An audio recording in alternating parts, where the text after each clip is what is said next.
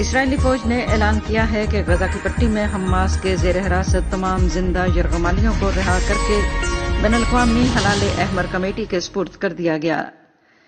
اسرائیلی فوج کا کہنا ہے کہ پیر کے روز 20 یرغمالی رہا کر کے اسرائیل کے حوالے کیے گئے۔ یہ اسرائیل اور حماس کے درمیان جنگ بندی معاہدے کے بعد ہوا ہے، جو امریکی صدر ڈونلڈ ٹرمپ کے تجویز کردہ منصوبے کے تحت جمعے کے روز سے نافذ ہوا تھا۔ رہائی کے بعد یرغمالیوں کو ان کے اہل خانہ سے ملایا جائے گا۔ امریکی صدر ڈونلڈ ٹرمپ نے اسرائیل روانہ ہوتے ہوئے کہا کہ غزہ کی پٹی میں جنگ ختم ہو چکی ہے۔ ٹرمپ نے ایئر فورس ون طیارے میں سفر کے دوران صحافیوں سے بات کی۔ انہوں نے کہا کہ ان کے خیال میں جنگ بندی برقرار رہے گی۔ اسرائیل اور عرب ممالک کو دی گئی ضمانتوں کے بارے میں پوچھے گئے سوال پر ٹرمپ نے کہا، میرے پاس بہت سی زبانی ضمانتیں ہیں، ایسی ضمانتیں جو تحریراً درج نہیں ہیں۔ انہوں نے مزید کہا، مجھے یقین ہے کہ وہ بہت مضبوط ثابت ہونے والی ہیں۔ غزہ کی پٹی کی تعمیر نو کے بارے میں ٹرمپ نے کہا کہ میسور علاقہ مسمار مقام کی طرح ہے، لہٰذا آپ کو زمین پر پڑا جو بہت سارا ملبہ دکھائی دے رہا ہے، اس سب کو ہٹانے سے شروع کرنا ہوگا۔ شدید سمندری طوفان نکری پیر کی صبح جاپان کے ایزو جزائر کے جنوبی حصوں کے قریب پہنچ رہا تھا۔ جزائر کے اس سلسلے میں زوردار بارش ہوئی اور تند و تیز ہوائیں چلیں۔ یاد رہے کہ چند روز قبل بھی ایک سمندری طوفان ان جزائر سے ٹکرایا تھا۔ پیر کی صبح تک ہاچی جو جیما اور آؤگاشیما جزائر اس طوفان کی زد میں تھے۔ ہاچی جو جیما میں صبح 7 بجے تک کے 1 گھنٹے میں 37.5 ملی میٹر بارش ہوئی۔ صبح 6 بجے کے فوراً بعد ہاچی جو جیما ہوائی اڈے پر ہوا کی زیادہ سے زیادہ رفتار 153 کلومیٹر فی گھنٹہ تک پہنچ گئی تھی۔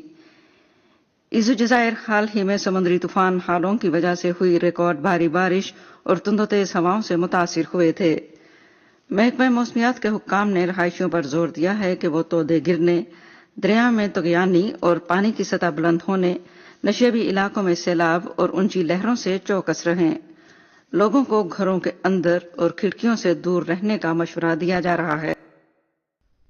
برطانیہ کے فنینشل ٹائمز کا کہنا ہے کہ صدر ڈونلڈ ٹرمپ کی امریکی انتظامیہ نے خفیہ معلومات فراہم کر کے روس میں تیل کی تنصیبات کے خلاف یوکرین کے فضائی حملوں میں مدد دی ہے۔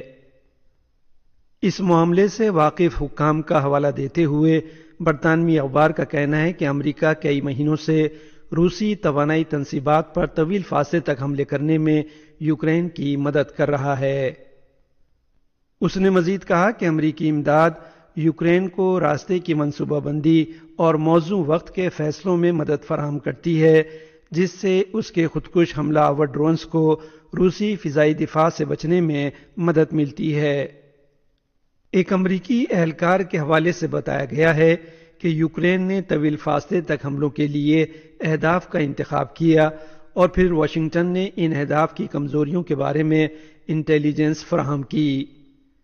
یوکرین نے ڈرون اور دیگر ہتھیاروں کا استعمال کرتے ہوئے روس کی تیل سے متعلق تنصیبات پر حملے تیز کر دیے ہیں۔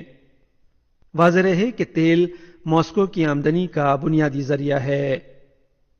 یوکرین کے اعلیٰ فوجی کمانڈر اولیکسینڈر سیرسکی کا کہنا ہے کہ یوکرین کے حملوں کے نتیجے میں روس میں تیل صاف کرنے میں 20% سے زیادہ کمی آئی ہے۔ فنینشل ٹائمز کا کہنا ہے کہ امریکی انٹیلیجنس شیئرنگ سے ظاہر ہوتا ہے کہ یوکرین کے لیے ٹرمپ کی حمایت میں بڑا اضافہ ہوا ہے، جبکہ روس سے ان کی مایوسی بڑھی ہے۔ ٹرمپ انتظامیہ بظاہر روس پر دباؤ بڑھا رہی ہے تاکہ وہ صدر ولادیمیر پوٹن کو امن معاہدے کے لیے مذاکرات کی میز پر آنے پر مجبور کرے۔ چین نے نایاب دھاتوں پر برآمدی کنٹرول کے اپنے اقدامات کو جائز قرار دیتے ہوئے ان کا دفاع کیا ہے اور اشارہ دیا ہے کہ امریکی رد عمل کے مطابق وہ جوابی اقدامات کر سکتا ہے۔ یہ اقدام امریکی صدر ڈونلڈ ٹرمپ کی جانب سے جمعے کو چین سے درآمدات پر اضافی 100% ٹیرف کے اعلان کے بعد سامنے آیا ہے۔ ٹرمپ نے کہا تھا کہ نیا ٹیرف چین کی جانب سے نایاب دھاتوں پر برآمدی کنٹرول کو سخت کرنے کے خلاف ایک جوابی اقدام ہے۔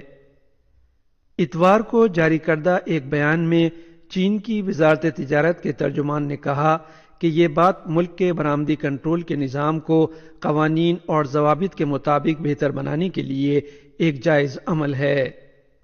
بیان میں امریکی اقدام کو تنقید کا نشانہ بناتے ہوئے کہا گیا ہے کہ زیادہ ٹیرف کی دانستہ دھمکیاں چین کے ساتھ معاملات طے کرنے کا صحیح طریقہ نہیں ہے۔ بیان میں یہ بھی کہا گیا ہے کہ اگر امریکی فریق غلط راستے پر جانے پر اصرار کرتا ہے تو چین اپنے جائز حقوق اور مفادات کے تحفظ کے لیے یقینی طور پر پرعزم اقدامات کرے گا۔ بیان میں امریکہ سے اختلافات کو بات چیت کے ذریعے حل کرنے کا بھی مطالبہ کیا گیا۔ اسمتھسونین انسٹیٹیوشن نے امریکی حکومتی امور کی بندش کے باعث واشنگٹن ڈی سی میں اپنے عجائب گھروں کو عارضی طور پر بند کر دیا ہے۔ 1 اکتوبر کو بندش شروع ہونے کے بعد سے اسمتھسونین نے میوزیم کھلے رکھنے کے لیے پچھلے سال کے فنڈز استعمال کیے تھے، لیکن اس نے اتوار سے عجائب گھروں کو عارضی طور پر بند کرنے کا فیصلہ کیا کیونکہ بندش جاری ہے۔ یہ ادارہ واشنگٹن اور دیگر مقامات پر 20 سے زائد عجائب گھر اور چڑیا گھر چلاتا ہے۔ ان کے 60% سے زیادہ اخراجات وفاقی مالی اعانت سے پورے ہوتے ہیں۔ National museum of natural history کے باہر شائقین کو واپس جاتے اور مایوسی کا اظہار کرتے دیکھا گیا۔ ریاست ٹیکساس سے تعلق رکھنے والی ایک خاتون نے کہا، یہ بہت بدقسمتی کی بات ہے، مجھے اس بات کا اندازہ نہیں تھا کہ یہ بند ہوگا۔ انہوں نے مزید کہا کہ کچھ دیگر عجائب گھر بھی بند ہیں، اس لیے سیاح ان سے اور دیگر سہولیات سے لطف اندوز نہیں ہو سکتے۔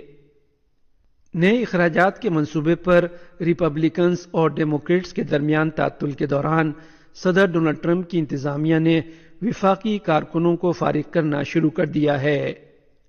محکمہ انصاف کی طرف سے دائر کی گئی ایک عدالتی درخواست میں خیال ظاہر کیا گیا ہے کہ محکمہ خزانہ اور محکمہ صحت و انسانی خدمات سمیت ایجنسیوں میں 4000 سے زیادہ وفاقی ملازمین کو برطرفی کے نوٹس موصول ہوئے۔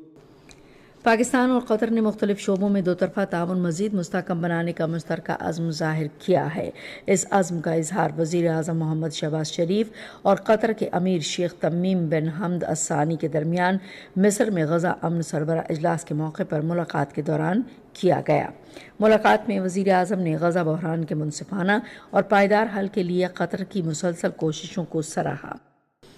دفتر خارجہ نے افغان عبوری حکومت کے ترجمان پر زور دیا ہے کہ وہ پاکستان کے اندرونی معاملات کے بارے میں بیان دینے سے گریز کریں جو ان کے دائرہ اختیار سے باہر ہے۔ اسلام آباد سے جاری ایک بیان میں دفتر خارجہ کے ترجمان شفقت علی خان نے کہا ہے کہ انہیں بین الاقوامی سفارتی اصولوں کے مطابق دوسرے ممالک کے معاملات میں عدم مداخلت کے اصول پر عمل کرنا چاہیے۔